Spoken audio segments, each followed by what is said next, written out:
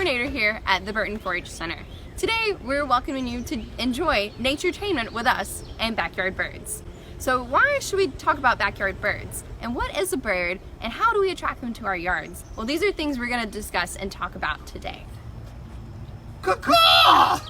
Birds have wings and they also have feathers. A lot of feathers are specialized. Some are specialized to keep them warm, like a down feather, and then some are feathers in the wings to help birds fly. Another cool adaptation to help birds fly is hollow bones. Just like these plastic straws are hollow, it keeps them light as a feather, some would say. Birds also have air sacs in addition to hollow bones and flight feathers for helping them stay afloat in the air.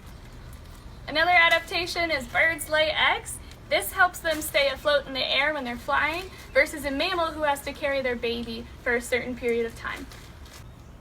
The last thing that makes a bird unique is their beak or bill, which is used to help them fulfill their niche or their role in the environment.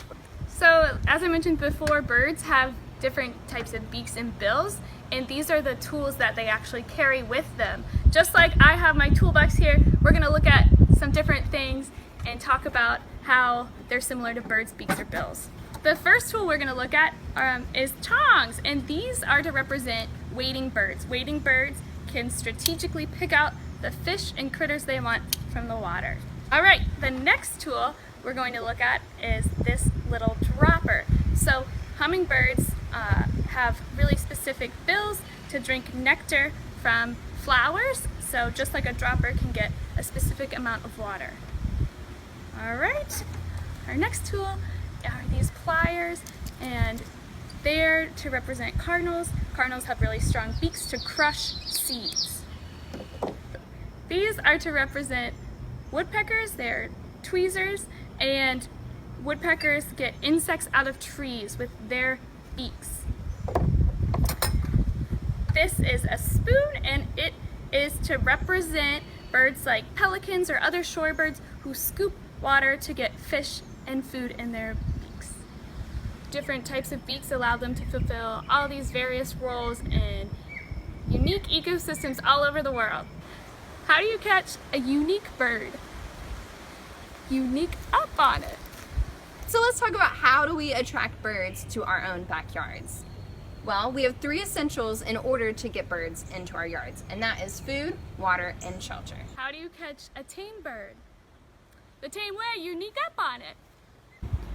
All right, so one of the most important things to think about as far as considering what birds you want to attract to your yard are the food sources that you provide them with.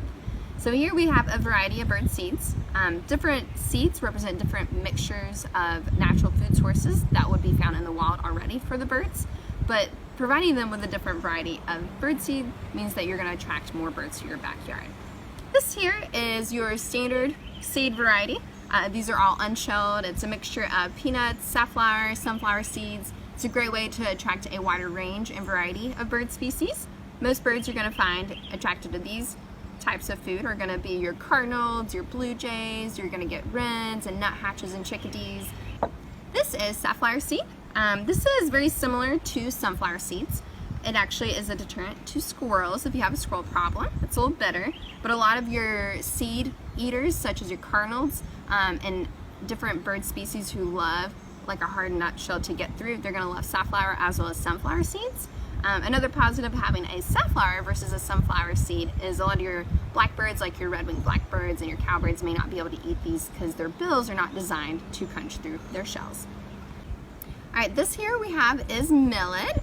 Millet is a really great source for your ground feeders, like your mourning doves or your towhees. A lot of your ground feeding birds love millet, as well as here in coastal Georgia, our special, most favorite bird, the painted bunting, America's most colorful songbird, also really loves millet too. This is peanuts. Peanuts an excellent one and brings a different variety of birds to your yard, such as your woodpeckers, like your downies or your red-bellied woodpeckers. You can also attract your blue jays and grackles and crows. All right, this is going to represent our nectar and jelly and fruit. We definitely have a lot of bird species out there that love to pollinate, so they're gonna be interested in the fruits and the jellies you can provide in your yard, such as even the nectar, like your hummingbirds, your orioles. They're gonna love having these additional types of food sources, and they're not gonna be interested in the seeds. So this is a great way to attract those species to your yard. Water is a very important essential to bring into your yard for attracting birds, because just like me and you, we need water every day in order to survive. So do the birds. Also, birds need a bird bath or a water source in order to clean and preen their feathers, especially areas like Tybee. Tybee means literally a salt island. There's not really a lot of fresh water sources, so this is a great place for birds to come and clean themselves, as well as, most importantly, what's awesome about bird baths and having freshwater sources is it will attract birds who are not interested into your feeders because they'll want that fresh water. Shelter is very important in your yard for attracting birds with native plants and trees, and as well as providing ways for your birds to nest. So with plants and trees, what you're going to do is you're going to be able to provide a place for protection and a place for your shelf nesters in order to put their nest. But also providing bird boxes in your yard is a way to provide homes and nesting for your cavity nesters. Hey Nikki, Hey, what? why do seagulls fly over the sea? Why? Because if they flew over the bay, they'd be called a bagel. This is a tray feeder. This is a very easy, common type of feeder that you can provide your birds with. And you can provide a variety of bird seeds from suet, peanuts, millets, safflower, and a mixture. With our tubes here, most tubes are able to do the same, where you can provide a variety of different bird species with different types of food. So this is kind of your most versatile bird feeder types in order to get a variety of birds into your yard. But then we have some more specialty feeders, such as this is a vertical landing feeder. So if you're woodpeckers, it's a little bit easier for them to grab onto, such as this is just for peanuts.